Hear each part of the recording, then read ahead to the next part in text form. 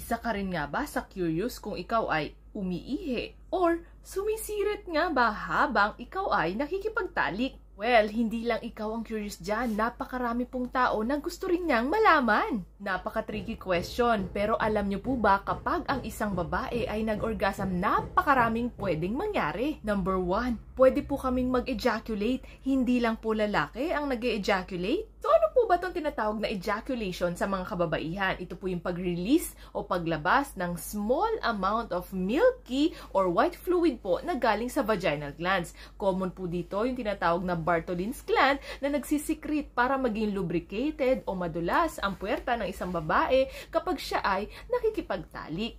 Pero pag ang Bartholin's gland na ito ay nabarahan, tinatawag na po itong Bartholin cyst. Ang tendency po nito ay swelling o mamaga sa labi ng ari ng isang babae. Pero ito po ay commonly painless. So, ibig sabihin, hindi siya masakit. So, the second one, yung tinatawag nating squirting. Karamihan sa makikita mo nito sa porn videos. So, ano nga ba to? It's a larger volume of fluid na nare-release ng isang babae kapag siya ay naka-reach ng climax. Oh my God! Yung fluid nagiging clear. Karamihan po nito na binubuo ay